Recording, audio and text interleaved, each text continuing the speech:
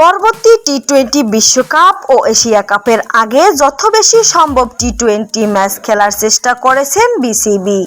এরই ধারাবাহিকতায় পাকিস্তান সফরে গিয়ে ওয়ানডে সিরিজের বদলে বাড়তি দুটি টি-20 খেলবে টাইগাররা। তবে 5 ম্যাচের সেই সিরিজের আগে বাংলাদেশ দল যাবে আরব আমিরাতে, সেখানে খেলবে আরও দুটি টি-20। 2 মে বাংলাদেশ দলের সংযুক্ত আরব আমিরাত সফরের সূচি প্রকাশ করেছে ইউএই ক্রিকেট বোর্ড। সেই সূচি অনুযায়ী সিরিজের প্রথম ম্যাচ অনুষ্ঠিত হবে 17 মে এবং দ্বিতীয় ম্যাচ 19 মে। দুটি ম্যাচেই venue Sharjah cricket stadium. Bangladesh সময় রাত 9টায় শুরু হবে ম্যাচ দুটি। এ নিয়ে দ্বিতীয়বার আরব আমিরাত সফরে যাচ্ছে বাংলাদেশ।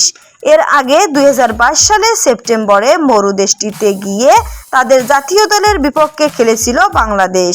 সেই সিরিজের সফরকারীরা জিতেছিল সিরিজের দুটি ম্যাচই।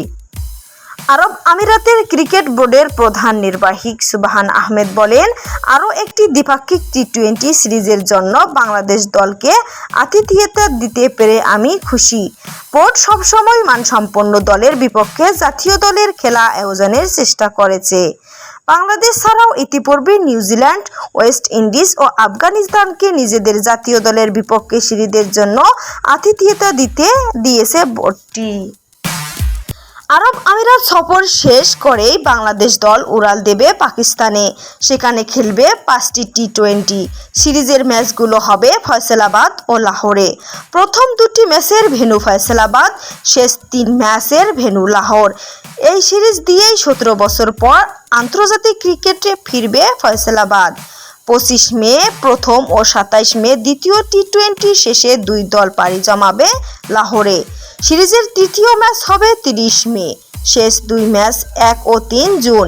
এফটিপি অনুযায়ী 3টি ওয়ানডে ও 3টি টি-20 হওয়ার কথা থাকলেও 2 বোর্ডের আলোচনায় 5টি টি-20 মাঠে গড়াচ্ছে।